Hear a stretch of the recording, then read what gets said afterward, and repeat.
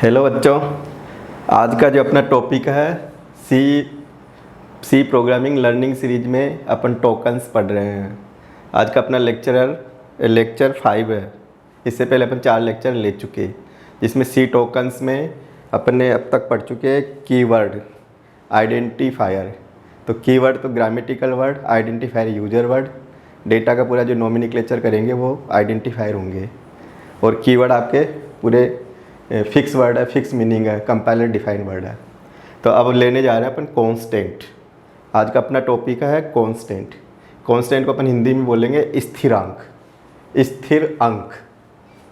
जो वैल्यू, ऐसी वैल्यू जो बिल्कुल चेंज नहीं हो बिगिनिंग से क्लोजिंग तक। अगर आप कोई भी फिक्स वैल्यू लेके चलोगे, बिल्कुल उसको इफेक्टिव नहीं करोगे, तो वो कांस्टेंट कहलाएगा। जैसे फॉर एग्जांपल, अगर आप घर से चलते हो, 100 रुपीज़ लेके चले और पूरा मार्केट में आ गए, वापस घर पे है ना रिटर्न होके चले गए, और आपका 100 वैल्यू फिक्स है, बिल्कुल आपने उसको चेंज करने की कोशिश नहीं की, तो फिर वो आपका कांस्टेंट हो गया। तो आपने क्या कांस्टेंट का जो माइंड में लेके चले थे घर से कि मैं कांस्टेंट लेके इस अमाउंट को वापस लाऊंगा, तो पूरा प्रोसेस भी हो गया और आपका वैल्यू इफेक्टिव भी नहीं हुई, तो एंटायर प्रोसेस में वो फिक्स वैल्यू रही, तो आप कांस्टेंट कह सकते हो। कांस्टेंट अपन है ना फिजिक्स में भी खूब पढ़ते हैं, मैथ्स में भी पढ़ते हैं। पाई की वैल्यू है, जैसे ऑल ओवर इंडिया में कहीं पे भी चले जाओ वर्ड के अंदर, तो पाई की वैल्यू 3.14, 22/7, ऐसे है ना। कई सारी वैल्यूज होती है जो फिक्स होती है, बिल्कुल वो चेंज नहीं होती। तो कांस्टेंट भी ऐसा ही मान के चल लो कि ऐसा डेटा जो बिल्कुल बिगिनिंग से क्लोजिंग तक है ना, एग्जीक्यूशन का एंड होने तक पूरा अगर चेंज नहीं हो तो वो कांस्टेंट कहलाएगा। तो डेटा अपन लेके चलेंगे, काम करेंगे, तो ऐसी वैल्यू भी अपने पास आएगी जो कांस्टेंट टाइप की होगी। तो अब देखिए अपन कांस्टेंट क्या होता है।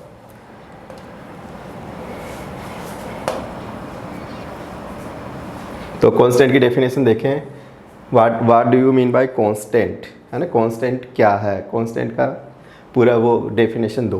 तो constant refer to a fix value, constant fix value को रेफर करेगा। कांस्टेंट फिक्स वैल्यू होती है, value these value cannot be change, these value do not change during execution of the program. मतलब program को run करने के बाद ऐसी वैल्यू जो बिल्कुल चेंज नहीं हो वो कांस्टेंट कहलाएगा। प्रोग्रामिंग के बिगिनिंग से क्लोजिंग तक वैल्यू बिल्कुल चेंज नहीं होनी चाहिए, वो कांस्टेंट कहलाएगा। तो एग्जीक्यूशंस के दौरान बिल्कुल चेंज नहीं होती, वेरिएबल्स की वैल्यू डिफरेंट स्टेप्स पे चेंज हो सकती है। तो एग्जीक्यूशंस के दौरान वेरिएबल में डिफरेंट वैल्यू आ सकती है, कांस्टेंट आपका अनचेंज रहेगा। तो C language support several types of constant. तो अपन वैल्यूज के अकॉर्डिंग देखेंगे तो डिफरेंट टाइप के कांस्टेंट होंगे। अब कांस्टेंट क्या क्या होंगे, क्योंकि अपन शुरू से ही पढ़ते आ रहे हैं, तो अपन क्या करते हैं कि एक तो न्यूमेरिक वैल्यू पढ़ते हैं, है ना, एक करेक्टर टाइप का डेटा पढ़ते हैं। तो मेजर अपन 2 तरह का डेटा यूज करते हैं। तो एक तो आपका न्यूमेरिक कांस्टेंट, है ना, तो एक तो आपका हो गया न्यूमेरिक कांस्टेंट, और एक हो गया आपका करेक्टर कांस्टेंट। तो 2 मेजर कैटेगरी हो गई। तो न्यूमेरिक कांस्टेंट में आपको पूरे डिजिट से ही, है ना, फ्रैक्शनल पार्ट भी इंक्लूड कर सकता हूँ, प्लस माइनस साइन को भी मैं अलाउ कर सकता हूँ। तो जो न्यूमेरिक वैल्यू से बने वो न्यूमेरिक कांस्टेंट, जो डिजिट से जिनका कंस्ट्रक्शंस हो वैल्यूज का, वो आपका न्यूमेरिक कांस्टेंट। तो न्यूमेरिक कांस्टेंट में फ्रैक्शनल पार्ट अलाउ कर सकते हैं, प्लस माइनस साइन को, नेगेटिव पॉजिटिव साइन को भी अपन अलाउ कर सकते हैं। फिर न्यूमेरिक कांस्टेंट में देखें तो इसमें भी 2 वेराइटी अपन को नज़र आएगी कि there are 2 types numeric constant में भी। तो एक तो आपका इंटीजर कांस्टेंट और एक रियल कांस्टेंट। शुरू से बिगिनिंग प्ले ग्रुप से अपन इंटीजर्स नंबर है, रियल्स नंबर है ना, कॉम्प्लेक्स नंबर है, ऐसे पढ़ चुके अपन, पढ़ते भी आ रहे हैं, और अपन नंबर सिस्टम्स डिस्क्रीट मैथमेटिक्स में ये पढ़ चुके। नंबर सिस्टम्स 11th-12th में आ जाता है। तो इंटीजर कांस्टेंट और रियल कांस्टेंट। फिर इंटीजर कांस्टेंट में देखोगे तो ये consist of sequence of digits. तो इसमें 3 तरह के इंटीजर्स होंगे, 3 तरह के इंटीजर कांस्टेंट पढ़ेंगे। इंटरनली जो कंप्यूटर में इंटरनली जो डेटा का फ्लो होगा वो बाइनरी फॉर्मेट में होता है। बाइनरी फॉर्मेट क्या होता है, 0 और 1 होता है। तो इंटीजर, 3 तरह के इंटीजर अपन यूज करेंगे। तो कंप्यूटर 3 तरह के इंटीजर को समझेगा, decimal integer, octal integer, hexadecimal integer. तो डेसिमल इंटीजर का जो बेस होगा वो होगा आपका 10, बेस 10 होगा। 10 डिजिट से ये नंबर का पूरा कंस्ट्रक्शंस होता है, 10 डिजिट्स यूज करते हैं इसमें, 0 से लेके 9 तक इन डिजिट से आपका ये बनेगा। ऑक्टल नंबर का जो बेस होगा वो आपका 8 होगा, इसमें आपका 8 डिजिट्स से पूरे नंबर का कंस्ट्रक्शंस होगा। ये पहले अपन एक क्लास में पढ़ चुके हैं, अगर नहीं पढ़ा था वो ट्यूटोरियल देख सकते हो। 0 से लेके 7 डिजिट आते हैं इसमें। हेक्साडेसिमल, इसका बेस होता है 16 डिजिट से ही पूरे नंबर बनेंगे, तो इसमें 16 डिजिट्स होते हैं टोटल। कोई भी नंबर का अपन कंस्ट्रक्शंस करेंगे 16 डिजिट होगा, तो 0 से लेके 9 और अपन है ना ए से लेके एफ। ए भी एक डिजिट है, बी भी एक डिजिट है, सी भी एक डिजिट है, एफ भी एक डिजिट है। ए मीन्स होता है 15, ए का मतलब हो गया 10, बी का मतलब होता है 11 है ना, सी का मतलब होता है 12 है, डी ई एफ मीन्स होता है 15, ई मीन्स होता है 14, डी को अपन 13। तो ये भी आपके डिजिट है, 0 से 9 10 डिजिट तो ये हो गए, 10 डिजिट ये हो गए, और आपके 6 डिजिट ये हो गए, 6 डिजिट ये हो गए। तो 10 + 6 16 इसका पूरा बेस हो गया, इसका पूरा बेस हो गया। तो अपन इंटीजर कांस्टेंट में 3 वेराइटी होगी। मैक्सिमम जो अभी यूज करेंगे अपन डेसिमल इंटीजर। ऑक्टल इंटीजर में बेस 8 होता है, 8 डिजिट से नंबर का कंस्ट्रक्शंस होगा। हेक्साडेसिमल आपका बेस 16 होगा, जिसमें A B C D E F तक कैरेक्टर को अपन शामिल करेंगे डिजिट की फॉर्म में। ए मीन्स 10 हो गया, बी मीन्स 11 हो गया, सी मीन्स 12 हो गया, ऐसे एफ मीन्स 15 हो गया। अगर मैं एफ बोलूँ तो हेक्साडेसिमल में डेसिमल में 15 होगा, हेक्साडेसिमल में 15 को एफ समझेंगे अपन। 10 बोलता हूँ डेसिमल में तो हेक्साडेसिमल में ए समझेंगे उसको। तो ये इंटीजर कांस्टेंट में 3 वेराइटी होंगी अपने पास नंबर्स की, जो डायरेक्ट अपन यूज कर सकते हैं अपन। ऐसे रियल कांस्टेंट है, तो ये भी न्यूमेरिक वैल्यू, न्यूमेरिक डिजिट से ही इनका भी कंस्ट्रक्शंस होगा। रियल वैल्यू में है ना, रियल नंबर में, रियल कांस्टेंट में अपन फ्रैक्शनल पार्ट को अलाउ करेंगे। आफ्टर पीरियड के बाद में है ना, डॉट के बाद में फ्रैक्शनल पार्ट होगा तो वो रियल नंबर होगा। तो इसमें भी 2 वेराइटी है, एक तो floating point representation real number का, और एक एक्सपोनेंशियल और साइंटिफिक नोटेशन। साइंटिफिक नोटेशन में अगर लार्ज नंबर है, फ्रैक्शनल पार्ट में एक्यूरेसी बहुत ज़्यादा है, तो फिर अपन उसको साइंटिफिक नोटेशन में ही डिनोट करते हैं अपन। और एक जनरल फ्लोटिंग पॉइंट में फिक्स डेसिमल पॉइंट की लोकेशन होगी, जिसमें इंटीजर पोर्शन फिर पॉइंट होगा, फ्रैक्शनल पार्ट होगा। तो ये फ्लोटिंग पॉइंट रिप्रेजेंटेशन, एक्सपोनेंशियल या साइंटिफिक नोटेशन में रिप्रेजेंटेशन, 2 तरह के नंबर अपन यूज करेंगे। तो रियल कांस्टेंट में 2 कैटेगरी है, इंटीजर कांस्टेंट में 3 कैटेगरी है। याद होना चाहिए मतलब थोड़ा। ये पूरा आपका न्यूमेरिक कांस्टेंट में वेराइटी हो गई। तो numeric constant there are 2 types, integer constant there are 3 types, in decimal integer, octal integer, hexadecimal integer. Real constant, floating point और साइंटिफिक नोटेशन, 2 तरह से इनका रिप्रेजेंटेशन है। फिर अपन देखते हैं कि न्यूमेरिक वैल्यू के अलावा कैरेक्टर फॉर्म में डेटा यूज करेंगे। सिंगल कैरेक्टर भी आएगा है ना, और मल्टीपल कैरेक्टर को भी अपन अलाउ करेंगे। टेक्स्ट मैसेज भी होंगे, कोई भी अपना पैराग्राफ टाइप की एंट्री भी हो सकती है, कोई स्टेटमेंट भी हो सकता है। तो जो भी आपका टेक्स्ट बनेगा वो पैराग्राफ से कंपोज या कैरेक्टर से कंपोज होगी। तो कैरेक्टर कांस्टेंट में अल्फ़ाबेट्स, लेटर्स के कॉम्बिनेशन से है ना, या स्पेशल सिंबल्स के कॉम्बिनेशन से कैरेक्टर कांस्टेंट बनेंगे। तो कैरेक्टर कांस्टेंट एक तो सिंगल कैरेक्टर और एक होता है आपका स्ट्रिंग कांस्टेंट। एक तो सिंगल कैरेक्टर हो गया और एक आपका स्ट्रिंग कांस्टेंट हो गया। तो सिंगल कैरेक्टर में कोई भी individual letters, digits, symbols, white spaces को भी इंक्लूड कर सकता हूँ, जितने भी कैरेक्टर सेट है। अगर उसको सिंगल कोट्स में मैं रेफ़र कर दूँ, एनक्लोज्ड कर दूँ, तो वो आपका सिंगल कैरेक्टर कांस्टेंट कहलाएगा। सिंगल कैरेक्टर कांस्टेंट मतलब इस तरह का, जैसे मैंने कह दिया ए है ना, x 0, ऐसे आपका जैसे \0, ऐसे और भी हो सकता है, स्टार हो सकता है। तो ये सिंगल कैरेक्टर कांस्टेंट है। और स्ट्रिंग कांस्टेंट किस तरह का होगा, जैसे डबल कोट्स में रेफर कर दें, वन और मोर कैरेक्टर का कॉम्बिनेशन से स्ट्रिंग बनती है। न्यूमेरिक, यहाँ पे न्यूमेरिक फिगर को भी अगर डबल कोट्स में रेफर कर दूंगा मैं, एनक्लोज कर दूंगा, तो भी ये स्ट्रिंग कहलाएगी। और फ्लोटिंग पॉइंट कैसे होता है, जैसे मैंने 45.001, तो ये इंटीजर पोर्शन, फ्रैक्शनल पार्ट, तो ये जनरल फ्लोटिंग पॉइंट रिप्रेजेंटेशन हो गया। साइंटिफिक नोटेशन में नंबर कैसे होगा, जैसे मैंने लिखा 4.671 है ना, E+3, इस तरह से, ये आपका साइंटिफिक नोटेशन में हो गया।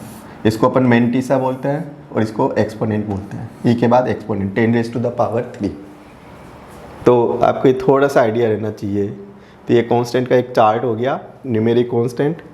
न्यूमेरिक में 3 वेराइटी है, decimal integer, octal integer, hexadecimal integer. एक रियल नंबर है, इसमें 2 वेराइटी है, फ्लोटिंग पॉइंट रिप्रेजेंटेशन, एक्सपोनेंशियल और साइंटिफिक नोटेशन रिप्रेजेंटेशन।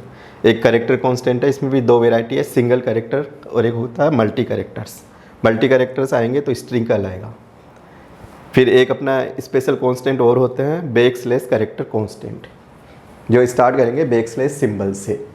जैसे बैकस्लैश 0 एक कांस्टेंट डेटा को रेफ़र करेगा, बैकस्लैश n न्यू लाइन को रेफ़र करेगा, बैकस्लैश t एक टैब को रेफ़र करेगा। तो कुछ करेक्टर्स बैकस्लैश के साथ में यूज करें तो वो बैकस्लैश करेक्टर कांस्टेंट कहलाएगा। एक सर्टेन फिक्स मीनिंग हो गई उनकी, कि आप ब्लैंक को कैसे दिखाओगे, न्यू लाइन को कैसे दिखाओगे, फ्रॉम फील्ड को कैसे दिखाओगे। अपन इससे पहले ना वाइट स्पेस एज करेक्टर पढ़ चुके, तो कोडिंग में उनके लिए क्या मतलब वो है, मतलब सिंबल्स जो कांस्टेंट लेके अपन काम करें। तो बैकस्लैश के साथ में कुछ सर्टेन करेक्टर्स है, तो उनकी एक स्पेसिफिक फिक्स हो गई मीनिंग, तो बैकस्लैश करेक्टर कांस्टेंट कहलाएगा। तो ये एक कांस्टेंट का एक पूरा आपके माइंड में एक आइडिया रहना चाहिए। फिर अपन और देखें, अब एक चार्ट के फॉर्म में देखो कांस्टेंट का। अगर कांस्टेंट एग्जाम में आता है तो आप ये चार्ट पूरा माइंड में फॉलो कर लो। कांस्टेंट की सी लैंग्वेज में कितनी क्या वेराइटी है, तो इसमें पूरा मैंने एकदम क्लियर बता रखा है। कुछ एग्जाम्पल भी ले रखे हैं डेटाज को लेके, कि डिफरेंट टाइप का अपने पास डेटा आएगा। इंटीजर डेटा आएगा, फ्रैक्शनल पार्ट में डेटा आएगा, फ्लोटिंग पॉइंट का डेटा आएगा, साइंटिफिक नोटेशन में डेटा को रिप्रेजेंटेशन कर सकते हैं, कैरेक्टर में रिप्रेजेंटेशन कर सकते हैं, स्ट्रिंग में अपन रिप्रेजेंटेशन कर सकते हैं डेटाज को। तो ये डिफरेंट टाइप के कांस्टेंट की वेराइटी है, टाइप्स ऑफ कांस्टेंट। तो इससे आप पूरा समझ सकते हो, कम्पिटिटिव एग्जाम के लिए भी बहुत अच्छा टॉपिक है। तो कांस्टेंट्स देखें, फिक्स वैल्यू हो गई। अब वैल्यूज को अपन यहाँ स्टडी करें तो there are 3 types of constant हो गया मेनली। तो न्यूमेरिक कांस्टेंट है ना, एक तो आपका न्यूमेरिक हो गया, ये न्यूमेरिक कांस्टेंट, कैरेक्टर कांस्टेंट, फिर आपका बैकस्लैश स्पेशल कांस्टेंट में कह सकते हो, बैकस्लैश कैरेक्टर कांस्टेंट, जिसको मैं स्पेशल कांस्टेंट कह सकता हूँ, स्पेशल। फिर आप देखें न्यूमेरिक में चलें अपन, तो न्यूमेरिक वही न्यूमेरिक डिजिट से इनका कंस्ट्रक्शंस होगा, consist of numeric digits, plus minus sign में भी इसमें अपन अलाउ कर सकते हैं। पॉइंट फ्रैक्शनल पार्ट है तो अपन डॉट को या पॉइंट को भी इसमें अलाउ कर सकते हैं।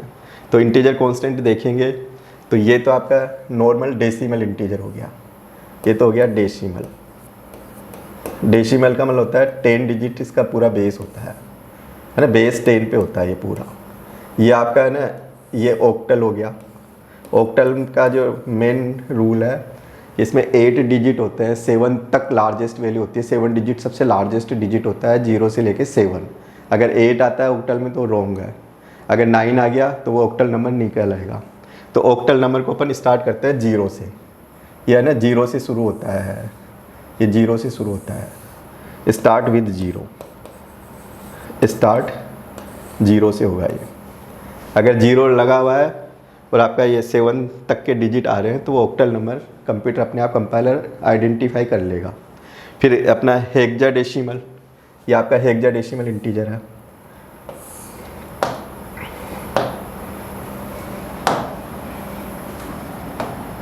ये हेक्साडेसिमल इंटीजर है।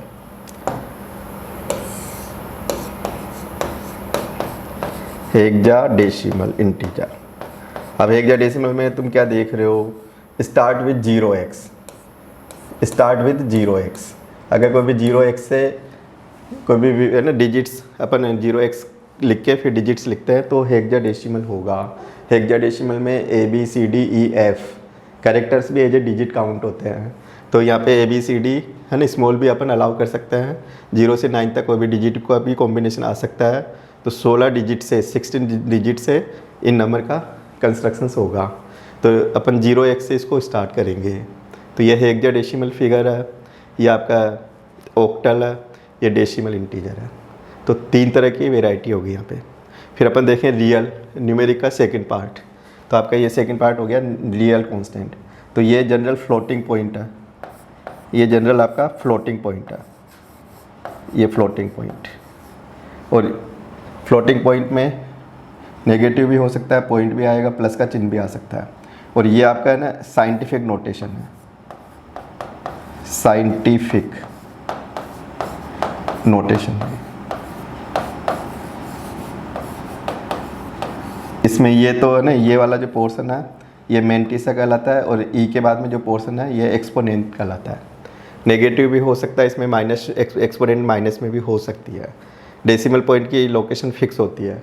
तो मेंटिसा, फिर ई का मतलब 10 की पावर, और फिर आपका ना एक्सपोनेंशियल पोर्शन आ जाएगा। तो ये नेगेटिव पॉजिटिव दोनों में यहाँ पर अलाउ कर सकते हैं अपन। तो रियल कांस्टेंट में एक तो जनरल फ्लोटिंग पॉइंट याद होना चाहिए, एक आपका साइंटिफिक नोटेशन है ना, या एक्सपोनेंशियल नोटेशन। तो ये इसकी न्यूमेरिक की ये वेराइटी हो गई। अब कैरेक्टर में देखें तो एक तो होता है सिंगल कैरेक्टर, एक सिंगल कीबोर्ड की एक की, single alphabet, single digit, single कोई भी सिंबल्स है ना, सिंगल कैरेक्टर्स, जिसको डबल कोट्स में रेफ़र कर दें, डबल या सिंगल कोट्स में रेफ़र कर दूँ मैं, तो ये सिंगल कैरेक्टर कांस्टेंट कहलाएगा। सिंगल कैरेक्टर में एक रूल और भी होता है कि ईच सिंगल कैरेक्टर है ना हैविंग एक एन आस्क की value, each character have an integer value. इसमें एक रूल और भी याद रख सकते हो आप, each character have an integer value.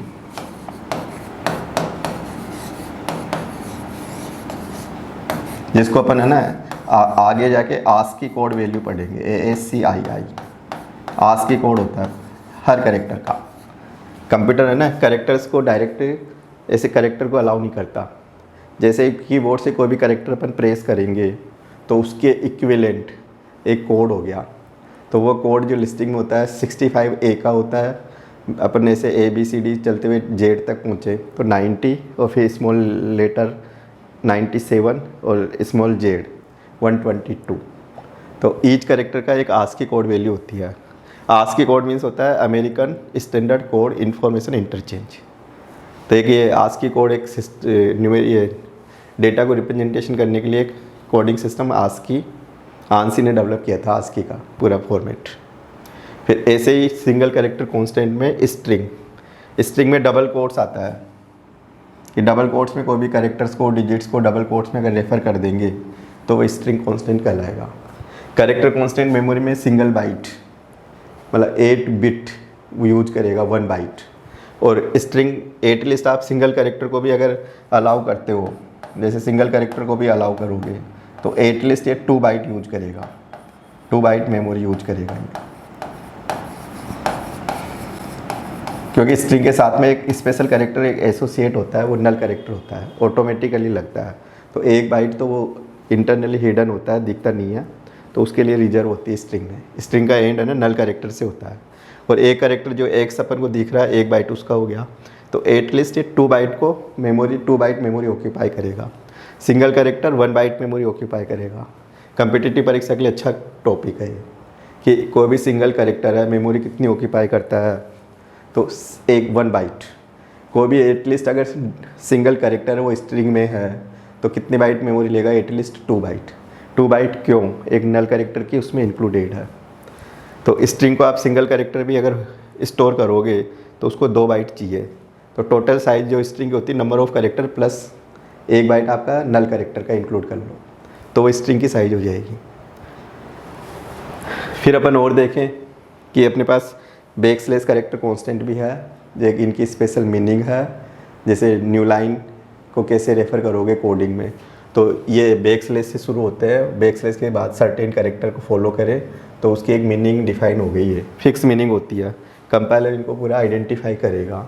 तो बैकस्लैश एन लिखूंगा तो न्यू लाइन के लिए हो गया, बैकस्लैश टी लिखूंगा तो हॉरिजेंटल टैब हो गया। टैब मीन्स होता है कि मैं यहाँ से जैसे क्लिक करूँ तो यहाँ पे कर्सर आ गया, फिर क्लिक करूँ यहाँ पे आ गया, तो हॉरिजेंटल टैब। एक टैब मीन्स होता है 8 कॉलम्स, तो एक टैब यूज करते हैं, 8 कॉलम्स का स्पेस आता है सीधा ही। तो टैब को कैसे दिखाओगे, तो बैकस्लैश टी। नल कैरेक्टर को कैसे दिखाओगे, तो बैकस्लैश 0, ओ नहीं है इसको 0 समझना। वर्टिकल टैब को कैसे दिखाओगे, बैकस्लैश वी। कोई भी बीप है ना, ऑडिबल अलर्ट है, तो बैकस्लैश ए। फ्रॉम फीड को कैसे दिखाओगे, बैकस्लैश एफ। कुछ ये सेलेक्टेड कैरेक्टर हो सकता है, इसमें 2-3 कैरेक्टर और भी इंक्लूडेड हो सकते हैं। तो अपने पास ये कॉन्स्टेंट की पूरी वेराइटी है, ये आपको आना चाहिए। फिर और देखें, फिर अपन क्या करेंगे, जैसे इंटीजर कांस्टेंट। इंटीजर में अपन ने 3 वैरायटी देखी है, decimal integer, octal integer, hexadecimal integer. अब कंप्यूटर की जो मशीन है उनका दो अलग अलग मशीन का अलग अलग आर्किटेक्चर हो सकता है। अब मशीन अपने पास है ना 2 तरह से हो सकती है। तो एक तो मशीन होती है 16 बिट मशीन, है ना, 16 बिट मशीन हो सकती है।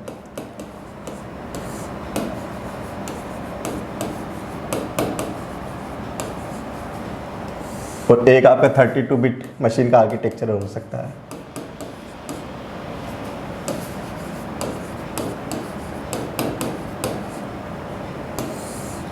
मतलब जो कंप्यूटर का जो मदरबोर्ड का है ना या प्रोसेसर का जो आर्किटेक्चर है कि वो कितने बिट पे वर्क करेगा। तो एक बिट मीन्स होता है 0 और 1, सिंगल डिजिट, आइदर 0 और 1। तो 0 और 1 को अपन बिट कहेंगे। तो डेटा का जो ट्रांसमिशन होगा तो वो मशीन पे डिपेंड करेगा। अब हो सकता है कि जैसे तुम्हारा कंप्यूटर बहुत पुराना हो तो उसकी जो मशीन की जो बिट साइज है, लेंथ साइज है मशीन की 32 बिट हो, 16 बिट हो सकती है, या फिर नए जैसे अपने पास कंप्यूटर है तो 32 बिट हो सकती है, और भी लेटेस्ट कंप्यूटर है तो 64 बिट हो सकता है। तो हर सीपीयू का इंटरनल आर्किटेक्चर अलग अलग हो सकता है। एट ए टाइम वो डेटा का कितना ट्रांसमिशन कर पाएगा, तो ये बिट पे मशीन की लेंथ डिफाइन होती है। तो मशीन की लेंथ के अकॉर्डिंग इंटीजर की साइज़ मेमोरी में डिफाइन होती है। अब अगर मैं कहूँ 32 बिट है मशीन की साइज़, तो फिर मैक्सिमम इंटीजर की साइज़ क्या हो सकती है। अगर तुमको मेरी मशीन की साइज़ 32 बिट है तो मैक्सिमम इंटीजर कितने उसका लार्जेस्ट आ सकता है, तो क्या साइज़ हो सकती है। तो 32 बिट मशीन है, तो 32 मशीन है तो इंटीजर की जो लार्जेस्ट साइज़ है वो ये होती है, ये लार्जेस्ट साइज होती है, लार्जेस्ट पॉजिटिव वैल्यू होती है, लार्जेस्ट वैल्यू स्टोर करेगा ये। और अगर मशीन की साइज़ आपकी 32 बिट है तो उसकी फिर लार्जेस्ट साइज ये होती है 2147, है ना, 48, फिर 3647। तो 32 बिट की अगर पॉजिटिव वैल्यू का अपन कैलकुलेशन करें तो 2⁻31 -1, ये एक ब्रीफ में याद रख सकते हो। अगर 16 बिट की maximum largest integer data, positive integer data कितना स्टोर कर पाएगा, तो 2⁻15 -1, ये पॉजिटिव इंटीजर का है पूरा फिगर। इससे बड़ी वैल्यू है इस होल्ड नहीं कर पाता। तो अपन है ना ये इतना, अगर मशीन की साइज मान लो 32767, नॉर्मल कहीं कंपाइलर है ना 32 बिट इसको 16 बिट को ही सपोर्ट करेगा। फिर आप कहोगे मेरी वैल्यू तो नहीं इससे ग्रेटर हो जाए। तो अगर वैल्यू 32767 से ग्रेटर हो जाए तो फिर अपन क्या करें, है ना, उसको कैसे रिप्रेजेंटेशन करें। अगर अपन चाहें कि नेगेटिव वैल्यू को बिल्कुल हटा दें तो फिर अपन कैसे उसको रिप्रेजेंटेशन करें। तो फिर उसको रिप्रेजेंटेशन करने के लिए अपने पास ये है ना UL कैपिटल या स्मॉल, ये अपन है ना अलाउ कर सकते हैं न्यूमेरिक वैल्यू के एज ए प्रीफिक्स, है ना, प्रीफिक्स नहीं पोस्ट फिक्स, बाद में इनको अपेंड कर सकते हैं, मतलब अपन वैल्यू के साथ में जोड़ सकते हैं। तो फॉर एग्जांपल जैसे मैंने लिखा,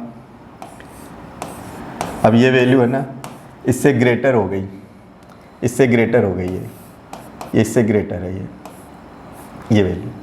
अब इससे ग्रेटर है तो इसको अपन डायरेक्ट कैसे रेफर करें, तो मैं इसको कर दूंगा L, है ना, लॉन्ग इंटीजर, एल का मतलब लॉन्ग इंटीजर है। अगर ये ऑलवेज अगर मेरे को पॉजिटिव रखनी है तो फिर मैं इसको कह दूंगा यू एल, यू एल। तो इसका मतलब होता है, एल का मतलब हो गया लॉन्ग इंटीजर। लॉन्ग इंटीजर कब कहलाएगी, जब 32767 से वैल्यू ग्रेटर हो जाए।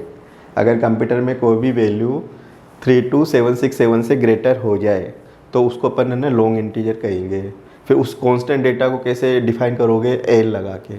अगर वैल्यू मान लो अनसाइन हो तो यू आपका अनसाइन कहलाएगा, अनसाइन,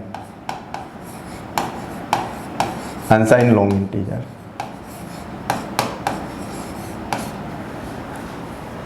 तो अपन है ना वैल्यू, लार्ज वैल्यू है 32767 से ग्रेटर है, उस लार्ज वैल्यू को आप कैसे कांस्टेंट में दिखा पाओगे। उसमें भी फिर L means long integer, U L means unsigned long integer, you means अनसाइन integer. तो अपन इन डेटा को, लार्ज डेटा है तो ऐसे दिखा सकता हूँ मैं, यू लगा के, एल लगा के, यू एल लगा के। ये सब वैलिड है, ये सब वैलिड है। तो ये डिपेंड करता है कि कंपाइलर इंटीजर में कितनी लेंथ लेगा, है ना। तो मशीन के साइज पे डिपेंड करेगा।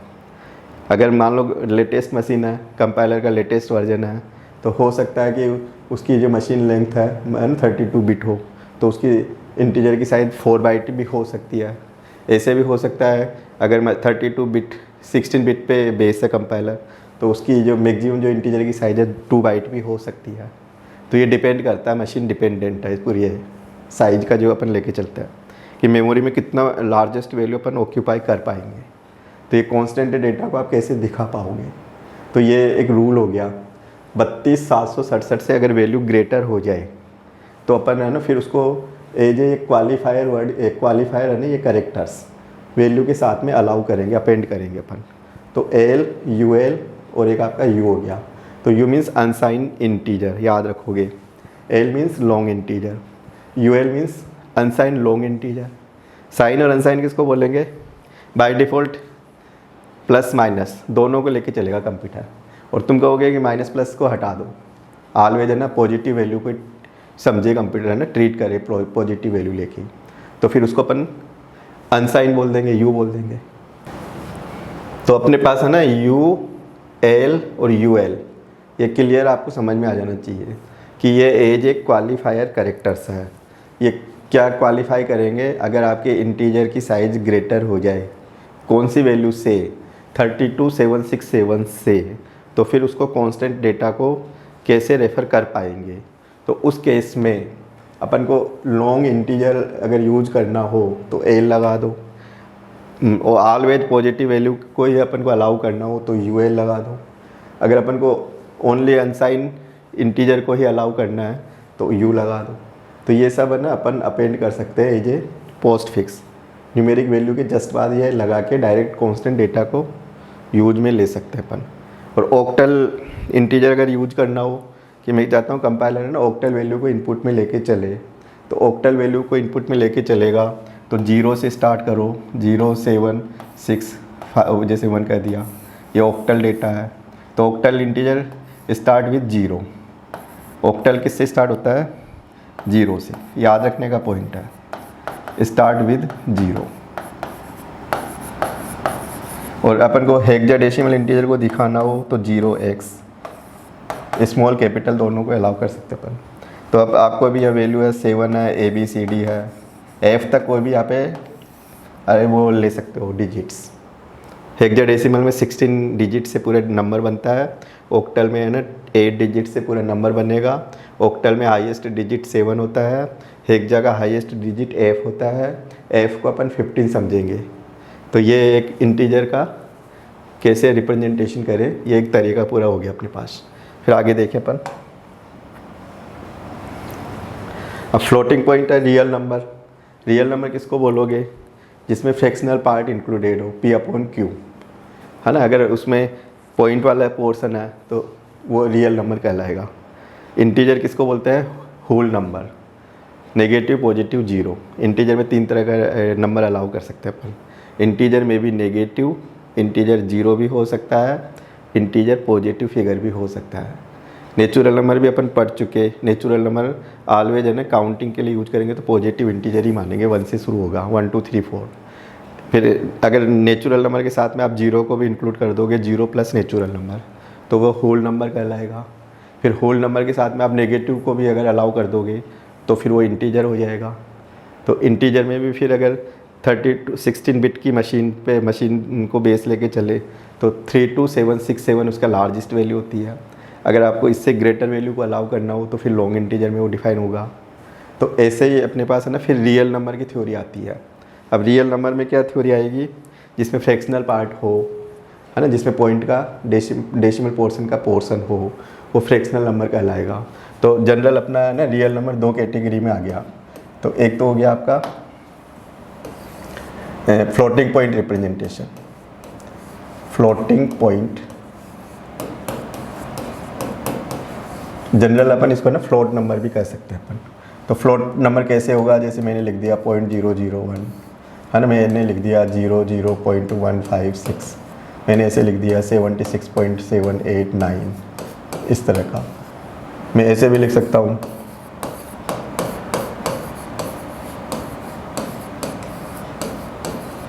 ऐसे फ्रैक्शनल पार्ट को मैं और भी इसकी लिमिट बढ़ा सकता हूँ। तो ये तो आपका इंटीजर पोर्शन हो गया, ये तो हो गया आपका इंटीजर, और ये है ना ये फ्रैक्शनल पार्ट हो गया, ये फ्रैक्शनल पार्ट हो गया।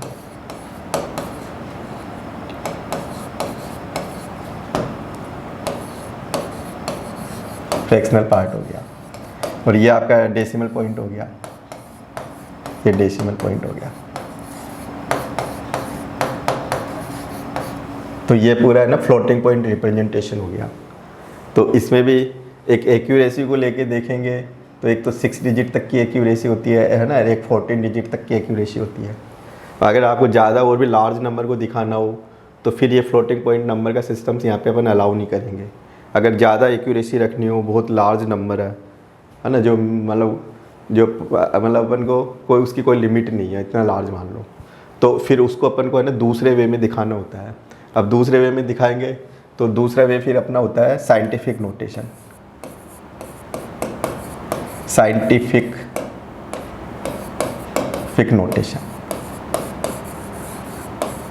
अब साइंटिफिक नोटेशन अपन है ना मैथ्स में 7th 6th 7th 8th में ये पढ़ा हुआ होता है टॉपिक कि वैज्ञानिक पद्धति में लिखो।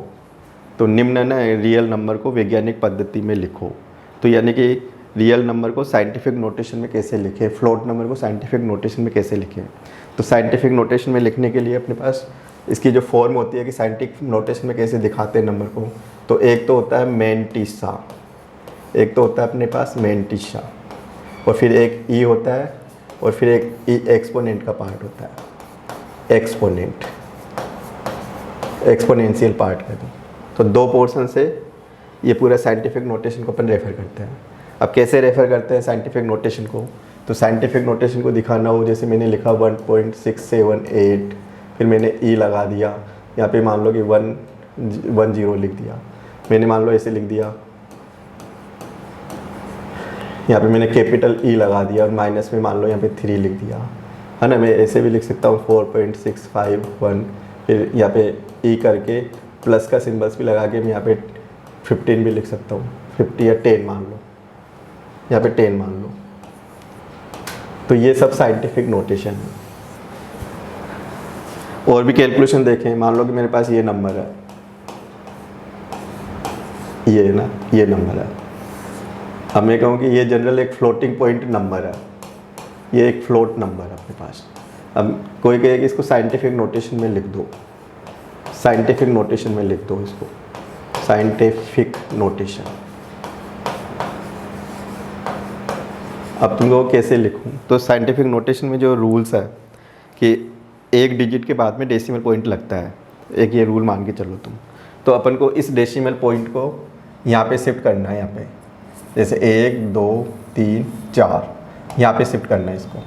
अब मैं यहाँ पे कैसे शिफ्ट कर सकता हूँ, है ना, यहाँ पे इसको कैसे शिफ्ट कर सकता हूँ।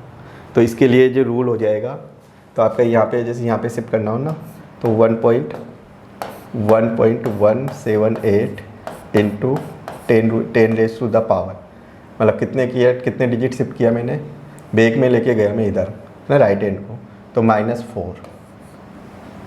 अब इसको अपन है ना इस फिगर को इस फिगर को मैं ऐसे लिख सकता हूँ, ऐसे, और इसको साइंटिफिक नोटेशन में लिखूंगा तो फिर मेरी ये कैलकुलेशन हो जाएगी।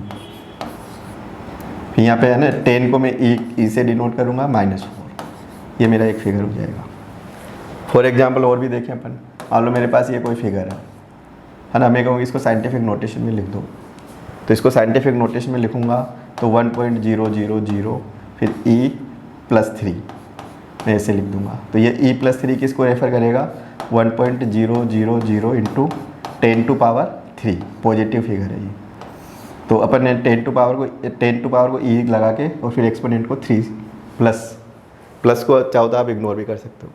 तो ये एक है ना तरीका हो गया कि ज़्यादा अगर लार्ज नंबर है तो उसको अपन साइंटिफिक नोटेशन में डिफाइन करके इंटरनली कंप्यूटर अलाउ करेगा। तो ये नंबर से ये रियल नंबर को दिखाने का एक तरीका है।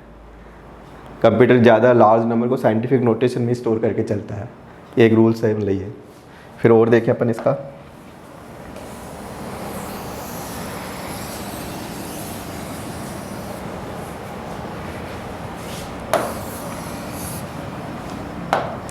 अब देखो है ना, अब अपने पास कैरेक्टर कांस्टेंट बच रहे हैं। तो कैरेक्टर कांस्टेंट में सिंगल कैरेक्टर्स और एक होता है स्ट्रिंग। तो सिंगल कैरेक्टर कांस्टेंट को देखें, सिंगल कैरेक्टर कांस्टेंट को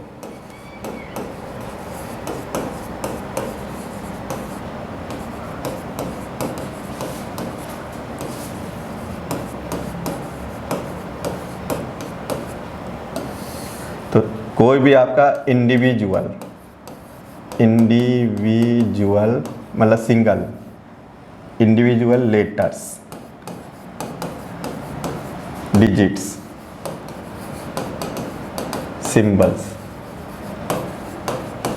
यानी कि जितने भी कैरेक्टर सेट थे, individual letters, individual digits, individual symbols, अगर उसको सिंगल कोट्स में रेफर कर दोगे तो एनक्लोज्ड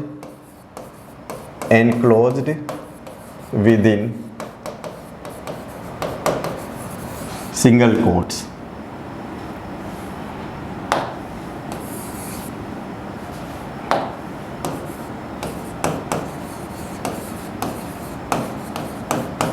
तो उसको अपन है ना सिंगल कैरेक्टर कांस्टेंट कह सकते हैं। कोई भी लेटर्स है इंडिविजुअल, कोई भी लेटर्स हो सकता है, डिजिट्स हो सकता है, सिंबल्स हो सकता है, कोई भी कैरेक्टर सेट हो सकता है, उसको अगर सिंगल कोट्स में एनक्लोज्ड कर दोगे तो वो कैरेक्टर कांस्टेंट कहलाएगा। कोई भी कैरेक्टर कांस्टेंट के लिए मैं तुमसे कहूँ कि इसको एक्स कोई भी सिंगल कैरेक्टर लेके है ना इसको कांस्टेंट बना दो, तो सिंपल सा रूल है, सिंगल कोट्स में उसको एनक्लोज्ड कर दो। तो सिंगल कोट्स में एनक्लोज करूँगा तो जैसे ये अल्फ़ाबेट है, अभी तो ये कैरेक्टर कांस्टेंट इनको नहीं कर सकता, ये कांस्टेंट बन गया है ना। ऐसे डिजिट है तो ये कांस्टेंट बन गया, सिंगल कोट्स में दिखा दो। कोई भी सिंबल्स है, जैसे मान लो ब्लैंक स्पेस है ना, ये स्टार है, ऐसे ही आपका मान लो क्वेश्चंस का सिंबल्स है, एक्सक्लेमेशन का सिंबल्स है, तो ये इस सिंबल्स को सिंगल कोट्स में दिखा दिया, डिजिट्स को सिंगल कोट्स में दिखा दिया, इसको सिंगल कोट्स में दिखा दिया। तो ये सब कैरेक्टर कांस्टेंट है, इनको अपन कैरेक्टर कांस्टेंट समझे। एक कैरेक्टर आना चाहिए, कैरेक्टर कांस्टेंट, कोई ज़्यादा टफ नहीं है। फिर इसमें ये है ना और पॉइंट याद रखो, ईच कैरेक्टर कांस्टेंट मतलब नंबर 1 2 3 4 ये जितने भी है, तो ईच कैरेक्टर कांस्टेंट, ये इंपॉर्टेंट पॉइंट है, ईच कैरेक्टर कांस्टेंट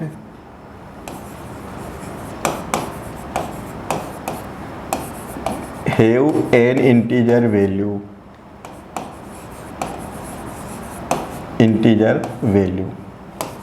ये पॉइंट याद होना चाहिए, जिसको अपन आस्की कोड बोलेंगे, ASCII, आस्की कोड वैल्यू, मतलब प्रत्येक कैरेक्टर की एक इंटीजर वैल्यू होती है जो कि आस्की कोड वैल्यू कहलाती है। जितने भी ये सी लैंग्वेज का कंपाइलर जो बना हुआ है, आस्की कोड को लेके पूरा है ना डिफाइन किया हुआ है कैरेक्टर्स को। तो अपन को भी ए प्रेस करूँगा तो ए का एक इक्विवेलेंट कोड है जो 65 है, 65 फिर अपन है ना आस्की कोड में उसको जब कन्वर्ट करोगे तो ये 7 बिट या 8 बिट का कोड बनेगा, जो एक फिक्स इसका मतलब कोड है। ऐसे एक्स का कोड फिक्स है, 0 का कोड फिक्स है, तो ईच कैरेक्टर का एक आस्की कोड वैल्यू होती है। तो ये ज़रूरी है, मतलब याद होना चाहिए। अब तुमको है ना कम से कम अल्फ़ाबेट की आस्की कोड की एक लिस्टिंग की वैल्यू याद होनी चाहिए। अब ए का कोड जो देखते हैं अपन लिस्ट में है ना, बी ऐसे करते करते जेड तक, तो ए की आस्की कोड की वैल्यू है, याद रखो 65 से शुरू होता है, इसकी होती है 66 होती है, ऐसे करते करते 26 लेटर हो गए तो ये 90 होती है। तो ये तो आपका कैपिटल लेटर के आस्की कोड की वैल्यू है। जब प्रोग्राम कोड लिखेंगे, कंडीशन अप्लाई करेंगे अपर केस लोअर केस की, तो अपन ये न्यूमेरिक वैल्यू लेके काम करेंगे अपन। और फिर अपने पास है ना स्मॉल ए होता है, बी होता है, फिर है ना ऐसे जेड होता है। तो इसकी है ना 97 होती है, इसकी 98 होती है, ऐसे करते करते 122। ये आपके स्मॉल लेटर की है, upper case lower case letter. दोनों का अपर केस में लोअर केस में जो डिफरेंस होता है, कि दोनों में जो डिफरेंस होता है, जो दोनों में डिफरेंस होगा वो 32 का डिफरेंस होगा। अगर कैपिटल ए तुम कहोगे इसको स्मॉल में बना दो, +32 कर दो, 97 कोड हो जाना चाहिए। कि स्मॉल जेड उसको कैपिटल बना दो, तो स्मॉल जेड में से 32 माइनस कर दो, तो वो उसका है ना 90, ये आ जाएगा आपका 90 नंबर का फिगर आ जाएगा। तो ये वैल्यू से पूरी कैलकुलेशन चलेगी। तो ए का आस्की कोड 65, जेड का आस्की कोड 90, स्मॉल ए का आस्की कोड 97, जेड का आस्की कोड 122। तो each character have an integer value, important है। फिर ई करेक्टर के लिए एक पॉइंट और याद रखना होगा, each character use single byte memory. एक ये पॉइंट ज़रूरी है, कम्पिटिटिव में बहुत आता है क्वेश्चन। ईच करेक्टर है ना used single byte of memory. अब सिंगल बाइट का मतलब 8 बिट, 8 बिट को अपन एक बाइट कहेंगे। कोई भी करेक्टर होता है वो 8 बिट से डिफाइन होता है। तो 0-1 की जो पल्स है, अगर 8 हो जाती है 0-1 तो 1 बाइट हो गया वो। बिट किसको बोलेंगे? सिंगल डिजिट, 0 या 1। बिट की फुल फॉर्म क्या होती है? बाइनरी डिजिट, याद होना चाहिए। Bit means binary digit, either 0 और 1, सिंगल डिजिट। फिर बिट के अगर 0-1 के जैसे 4 बिट का कॉम्बिनेशन, तो वो निब्बल वर्ड कहलाता है। फिर निब्बल से बड़ा वर्ड क्या हो गया? बाइट। बाइट का क्या मतलब होता है? एक करेक्टर। एक बाइट में कितने बिट होते हैं? 8 बिट। 8 बिट से एक करेक्टर डिफाइन होता है। तो हर करेक्टर का बाइट 8 बिट में कोड है। और उसका जो लिस्ट वैल्यू होती है आस्की कोड में 65 से 90 कैपिटल लेटर्स, 97 से 122 स्मॉल लेटर्स। कम्पिटिटिव परीक्षा के लिए बहुत इंपॉर्टेंट है पॉइंट। मेमोरी में ना सिंगल बाइट ऑक्यूपाई करेगा। सिंगल बाइट मतलब 8 बिट, 8 बिट कर दो या 1 बाइट कर दो, सिमिलर मीनिंग है। तो एक character memory single byte, ASCII code value हो गई है ना। ये सिंगल कोट्स में रेफर करेंगे।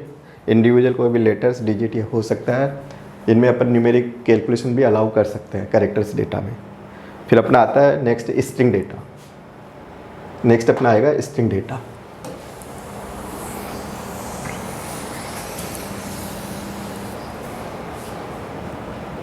अब स्ट्रिंग के लिए क्या रूल्स है? तो स्ट्रिंग मीन्स हो गया मतलब मल्टीपल कैरेक्टर्स। तो स्ट्रिंग किसको बोलेंगे अपन? ये इंपॉर्टेंट पॉइंट है ये भी। कंसिस्ट ऑफ 1 और मोर कैरेक्टर्स। कंसिस्ट ऑफ 1 और मोर कैरेक्टर, या आप कह सकते हो मतलब कैरेक्टर ऑफ एरे है ना। इसको अपन कह सकते हैं कैरेक्टर ऑफ एरे।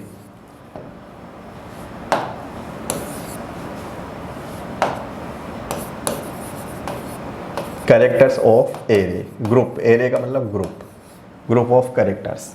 तो string is a characters of array. Array का मतलब कलेक्शन है कैरेक्टर्स का। कलेक्शन में 1 भी हो सकता है, मोर भी हो सकता है। तीसरा पॉइंट क्या है कि enclosed within double quotes. Double quotes में यूज करते हैं इसको, डबल कोट्स में। तो जैसे फॉर एग्जांपल जयपुर, ये आपकी स्ट्रिंग हो गई। जैसे मैंने 140 महावीर नगर,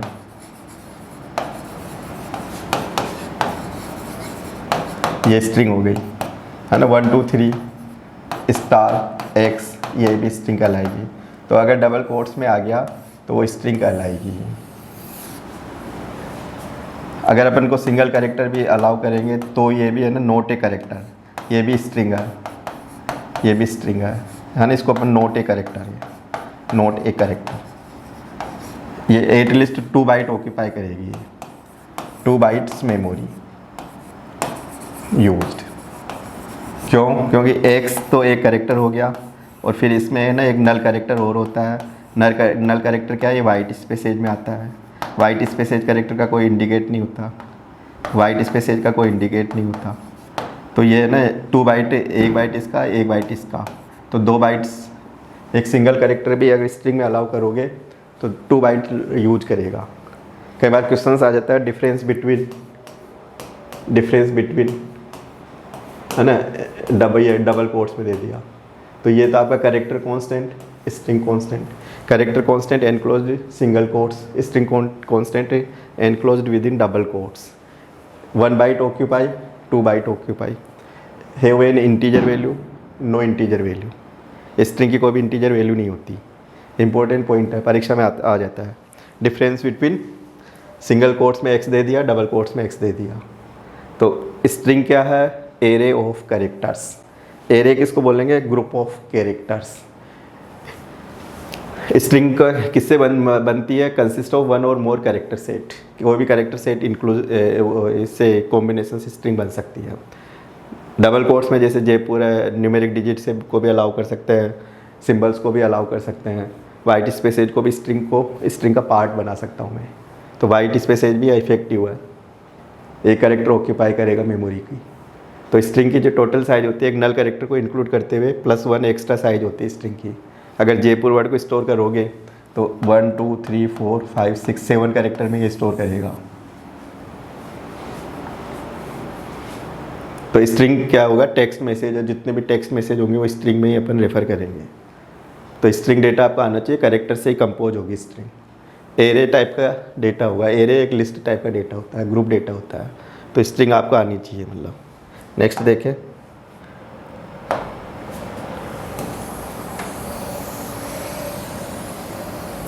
है ना, एक स्पेशल अपना कांस्टेंट है ही बैकस्लैश कैरेक्टर कांस्टेंट। तो बैकस्लैश कैरेक्टर कांस्टेंट की भी एक मीनिंग है।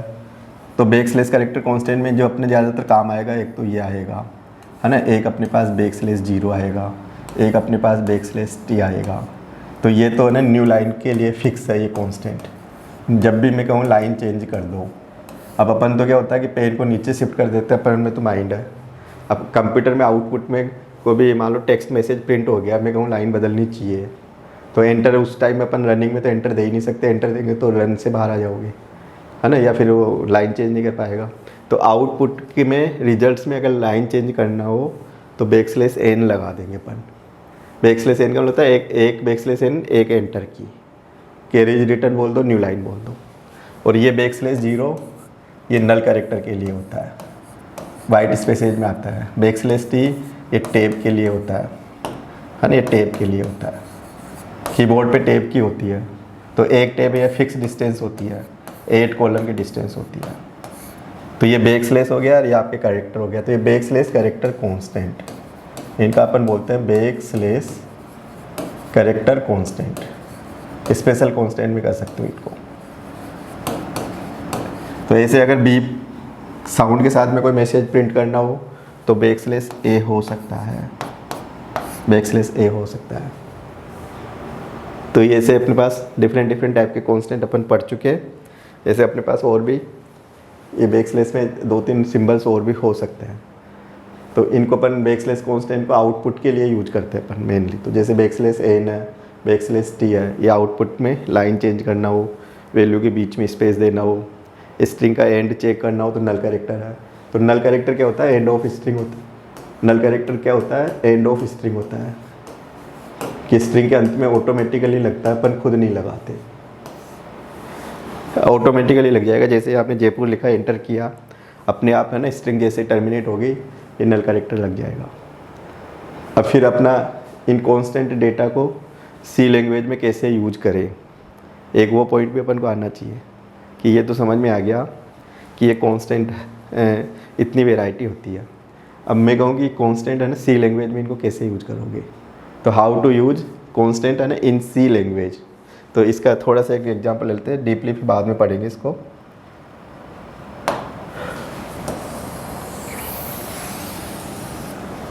अब कांस्टेंट को कैसे यूज करें प्रोग्रामिंग में, तो कांस्टेंट को यूज करने के लिए अपने पास दो मतलब वो है, दो रूल्स हैं। तो एक तो होता है मेन फंक्शंस के आउटसाइड और एक होता है अपन मेन फंक्शंस के अंदर भी कर सकते हैं। ये सूचना शायद एग्जाम में आया हुआ क्वेश्चन है कि हाउ टू डिफाइन कांस्टेंट। तो कांस्टेंट को अगर डिफाइन करना हो तो कांस्टेंट को डिफाइन करने के लिए ना एक ये रूल याद रखना होगा अपन को, अपन उसको बाद में डीपली पढ़ेंगे। ये है से डिफाइन, ये अपने पास एक है ना ये स्टेटमेंट है कांस्टेंट बनाने के लिए, और एक होता है यूजिंग कीवर्ड के थ्रू, CONST। तो ये तो अपने पास एक कीवर्ड है, तो कीवर्ड से मैं कांस्टेंट एंट्री बना सकता हूँ। और ये है ना ये इसको क्या बोलते हैं, हेज के साथ में ये स्पेशल वर्ड है। सी लैंग्वेज का कंपाइलर है ना एक ट्रांसलेटर प्रोग्राम होता है। तो ट्रांसलेटर प्रोग्राम में क्या होता है कि कुछ स्टेटमेंट पहले से फिक्स करके डाल दिए, तो जो फिक्स करके डाल दिए ना तो इसको अपन प्री प्रोसेसर नाम दे देते हैं अपन, प्री प्रोसेसर। या फिर इसका एक नाम और भी होता है compiler, compiler directive statement.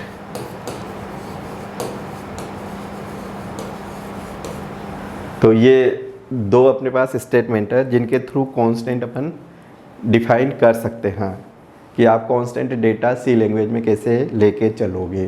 Constant का मतलब होता है फिक्स वैल्यू, जो वैल्यू बिल्कुल चेंज नहीं हो। तो अपन प्रोग्राम में क्या स्टेटमेंट लिखें जिससे वो कांस्टेंट बन जाए डेटा। तो प्रोग्राम में कांस्टेंट लिखने के लिए एक तो हैश डिफाइन, DEFIN ही, कोई भी स्पेस नहीं होगा, फिक्स होगा ये। प्री प्रोसेसर इसका नाम है, कंपाइलर डायरेक्टिव स्टेटमेंट भी इसको कह सकते हैं। कंपाइलर को सीधा ये इंस्ट्रक्शंस दे देगा कि कांस्टेंट डेटा बना दो। एक होता है अपने पास कॉन्स्ट कीवर्ड है, कीवर्ड फिक्स वर्ड है, फिक्स मीनिंग है, तो ये भी कांस्टेंट ही अपन यूज कर सकते हैं बनाने के लिए।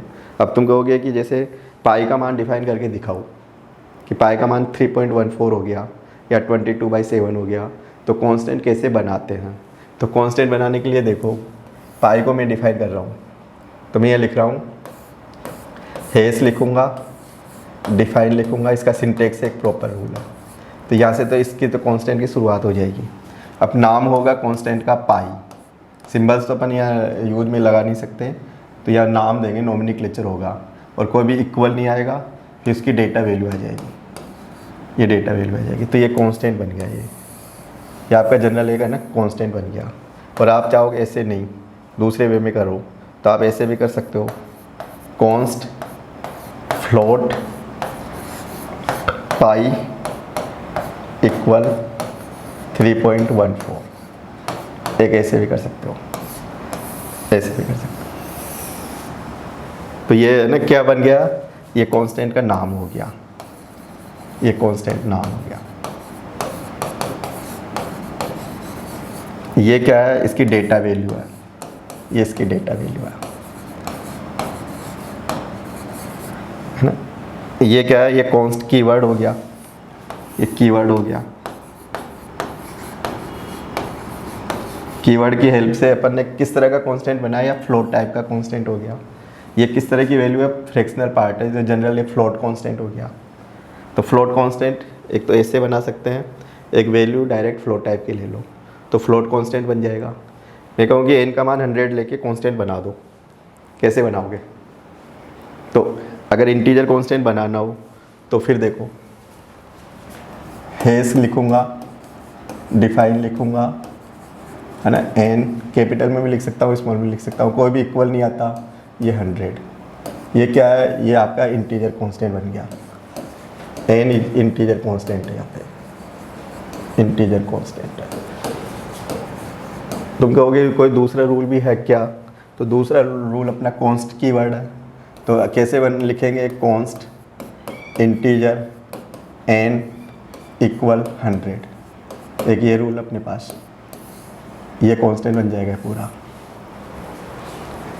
अगर लॉन्ग इंटीजर बनाना हो तो ul, अनसाइन इंटीजर बनाना हो तो u, सिंगल कैरेक्टर कांस्टेंट बनाना हो तो सिंगल कैरेक्टर कांस्टेंट ऐसे बना दूंगा मैं, हैज़ डिफाइन, जैसे मैंने लिख लिया आंसर, यहाँ पे ना एक्स दे दिया, यहाँ पे ये सिंगल कैरेक्टर कांस्टेंट बन गया। स्ट्रिंग कांस्टेंट बनाना हो तो फिर मैं ऐसे लिख दूंगा, हैज़ डिफाइन, है ना, जैसे मैंने लिख दिया सिटी, है ना, यहाँ पे लिख दिया, इक्वल नहीं आता हैज़ डिफाइन में, है ना, सेमी कोलोन भी नहीं आता, ये रूल है, ये आपका स्ट्रिंग कांस्टेंट बन गया। तो कोई भी अपन को कांस्टेंट बनाना हो तो डेटा अपन कांस्टेंट के अकॉर्डिंग डायरेक्ट वैल्यू लेके और असाइन कर सकते हैं कांस्टेंट को। तो कांस्टेंट बनाने के लिए अपने पास दो रूल है, तो एक तो कॉन्स्ट कीवर्ड के थ्रू, एक होता है हैज़ डिफाइन के थ्रू। दोनों कंपाइलर दोनों ही, है ना, तरीके को अलाउ करेगा। तो आज की क्लास को तो फिर अपन एंड करेंगे। अगर आपको अच्छा लगे, कुछ समझ में आए तो वीडियो को लाइक करें, सब्सक्राइब करें, बेल आइकन को प्रेस करें और शेयर करें। तो आज की क्लास को अपन यहीं पे एंड करते हैं। Thank you.